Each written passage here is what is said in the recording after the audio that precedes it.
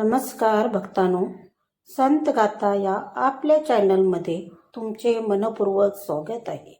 आज आपण जाणून घेणार आहोत एक अतिशय सुंदर आणि प्रेरणादायी कथा। भगवान विठ्ठल पंढरपुरात विठेवर का उभे आहेत यामागे दडलेल्या भक्तीचा आणि मातृपितृ सेवेचा अद्भुत इतिहास काय आहे। चला तर मग ऐकूया विठ्ठल आणि त्यांचे परमभक्त पुंडलिक यांची ही पवित्र गाथा। असे सांगितले जाते की अनेक युगापूर्वी पुंडलिक नावाचा एक महान भक्त पंढरपूर परिसरात राहत होता। सुरुवातीला तो आपल्या आई वडिलांशी फारसा प्रेमाने वागत नव्हता, मात्र काही संतांच्या सहवासामुळे त्यांच्या जीवनात मोठा बदल घडला। त्याला आई वडिलांची सेवा हाच सर्वश्रेष्ठ धर्म असण्याची जाणीव झाली। त्या दिवसापासून पुंडलिकाने स्वतःला पूर्णपणे आपल्या वृद्ध आई वडिलांच्या सेवेसाठी समर्पित केलं। त्यांची देखभाल, त्यांची काळजी आणि त्यांची सेवा हेच त्यांचे जीवन बनले। त्यांची निस्वार्थ सेवा पाहून देवताही आश्चर्यचकित झाल्या। पुंडलिकाची ही अतुलनीय भक्ती आणि मातृपितृ सेवा पाहून भगवान विष्णू स्वतः वैकुंठातून त्याला भेटण्यासाठी पृथ्वीवर आले। भगवान पुंडलिकाच्या घरासमोर येऊन उभे राहिले। त्याच वेळी पुंडलिक आपल्या आई वडिलांची सेवा करण्यात इतका मग्न होता की त्याने देवाला पाहिले, पण सेवा अर्धवट सोडली नाही।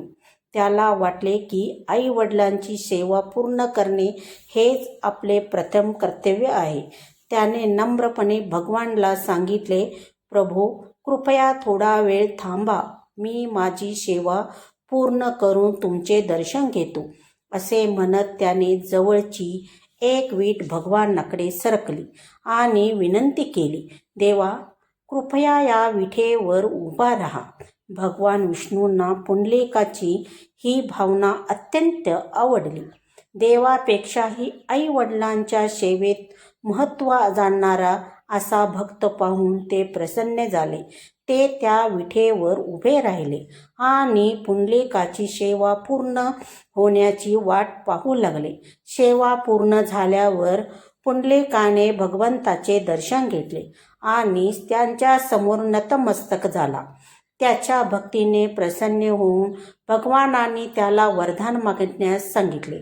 तेव्हा पुंडलिक म्हणाला, प्रभू, तुम्ही याच ठिकाणी कायमस्वरूपी राहा, जेणेकरून सर्व भक्तांना तुमचे दर्शन घेता येईल। भक्ताच्या या प्रेमळ विनंतीचा स्वीकार करून भगवान तेथे स्थिर झाले। तेव्हापासून भगवान विठ्ठल दोन्ही हात कमरेवर ठेवून विठेवर उभे आहेत।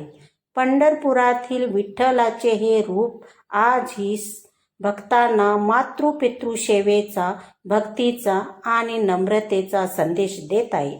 ही कथा आपल्याला शिकवते की देवाची खरी पूजा केवळ मंदिरात नव्हे, तर आई वडिलांची सेवा, कर्तव्यनिष्ठ आणि निस्वार्थ प्रेम यातही असते।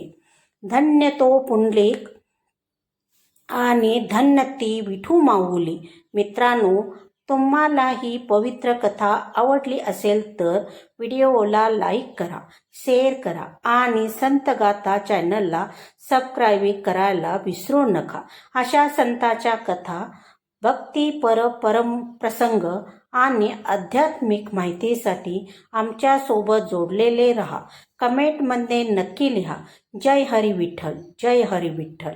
भेटूया पुढील व्हिडिओमध्ये, तोपर्यंत रामकृष्ण हरी। धन्यवाद।